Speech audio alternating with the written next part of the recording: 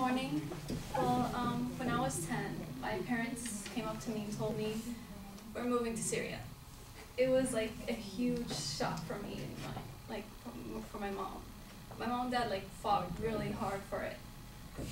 And I thought it was the worst thing that could ever happen to me. When we first moved there, I was miserable. I didn't know a lot of Arabic. It was very weak. Everyone at school made fun of me. I went to public school. My mom didn't want me to go to any special schools or American schools.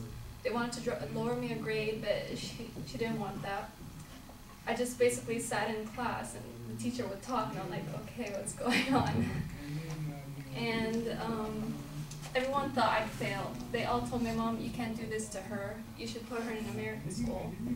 And she pushed me really hard and she was a big influence for me at that time.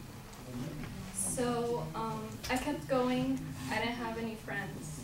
And by the time I reached high school, 5 years later, I became the top of my class. I met a lot of really good friends. They put me in a school where they had a program that taught American level English with the Arabic curriculum so that I wouldn't lose my English. They took us to America every summer so that we can see our family here. All the family in Syria, they were basically strangers to me. I didn't know anyone. And so we started to really adjust and we were happy. I learned the Arabic culture. I learned a lot about Syrians and the history, and I really started to like it.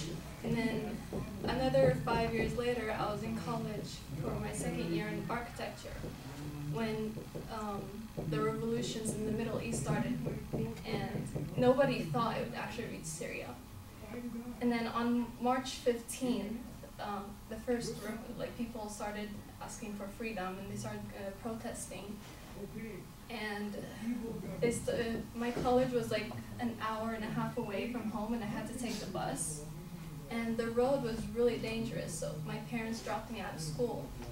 And by the time my brother and sister finished their year in high school, my mom took us to America, and we thought we'd stay here for a few months and see it just pass, and we'd come back.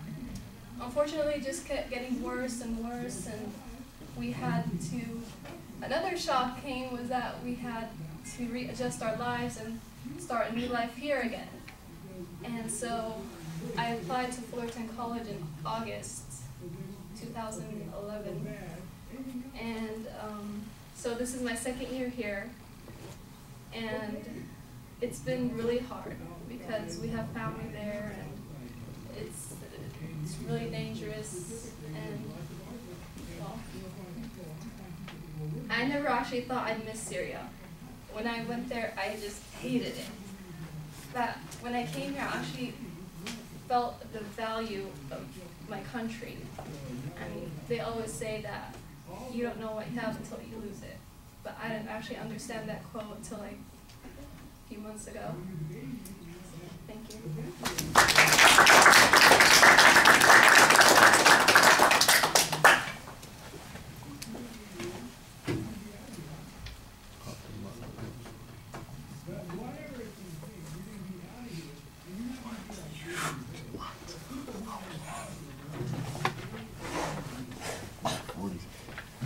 This.